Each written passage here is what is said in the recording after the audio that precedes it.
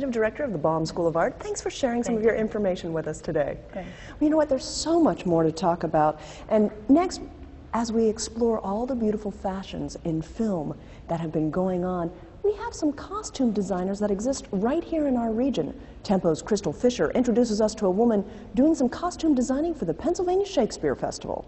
Opening the door to the artistic world unlocks limitless possibilities. In this world of imagination, actors are free to be anyone. From ruby slippers to web masks and elaborate wigs, costumes help create these characters. The costume designer has a unique opportunity to illuminate character and relationships between the characters. That the presumption is that each of these characters that morning decided what clothing to put on. So that illuminates who that person is. And while costumes create characters, Lisa Zinni creates costumes. For me, I feel like the combination of using fashion and being inspired by fashion and current fashion and incorporating it into period costumes is one of the things that I feel like has become a signature style of mine. The DeSales graduate ventured to New York City pursuing her dream and since worked on major Broadway productions including Rent and Hair. Now she's back on campus designing for the 2009 Pennsylvania Shakespeare Festival, or PSF. It really is a wonderful place for the people of the Lehigh Valley to come and experience art because the production value is so high. This summer's festival boasts 8 shows in just 9 weeks, from May 29th to August 2nd. They'll feature 3 on the main stage, 3 in the Schubert Theater, and outside there's a free performance of The Green Show. For a fraction of the cost you'd pay in New York City or Philadelphia, you can experience a mix of professional actors and some students bringing the classics to life. The productions that we do are, rehearsed and created right here in the Lehigh Valley. They're original productions. This year on the main stage, director Patrick Mulcahy's vision of the legendary Antony and Cleopatra will debut.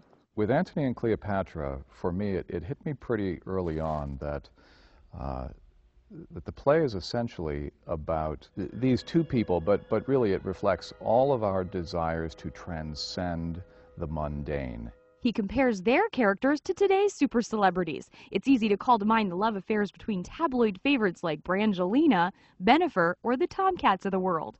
If they were around today, maybe Cleantony would grace the covers of gossip magazines. With extraordinary power and wealth, these figures break the boundaries of the real world. I think ultimately they're seeking this experience that maybe can't really be had at this realm.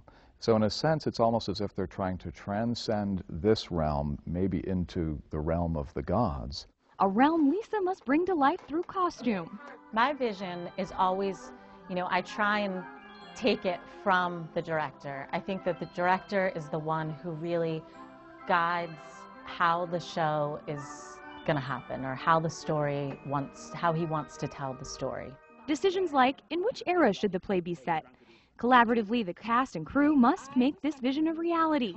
Once the foundation's laid, Lisa begins her own research.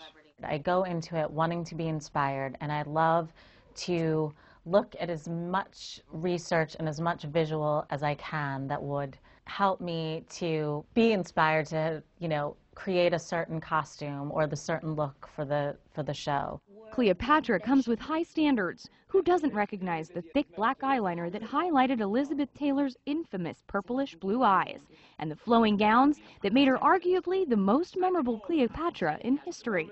Lisa puts together collages of each of her characters, pulling elements from the runway, art, history, and past characters to invent her own. I might like a sleeve from one thing and a detail from another, so it's like all little elements from all of these images. I take little pieces of all of them and then create my own. Fabric plays a major role. When you see something that's that beautiful, then you want to make something out of it. So you're like, oh my God, this fabric's so gorgeous. It wants to be a gown, or it wants to, be a veil. Once she sketches her ideas, it's time to talk to the costume shop crew. She says she's extremely lucky to have their help. Here the designs will take shape. If they create the sketch from scratch, the crew will start with forms, cut some materials, and sew them together. Once the costume's all done, you go from dressing the mannequin to dressing the actor. Even though it takes a bunch of steps to make a character come to life, Lisa says it never feels like work when you love what you do. Because your job is your everyday. It's your everyday, the in and out. So if you can find the joy in that, then you live a happy life. From the streets, to the stage, to the silver screen, if fashion finds its way into your heart, Lisa says designing your dream around your passion leads a path to the stars. For Tempo, I'm Crystal Fisher reporting. Thanks so much,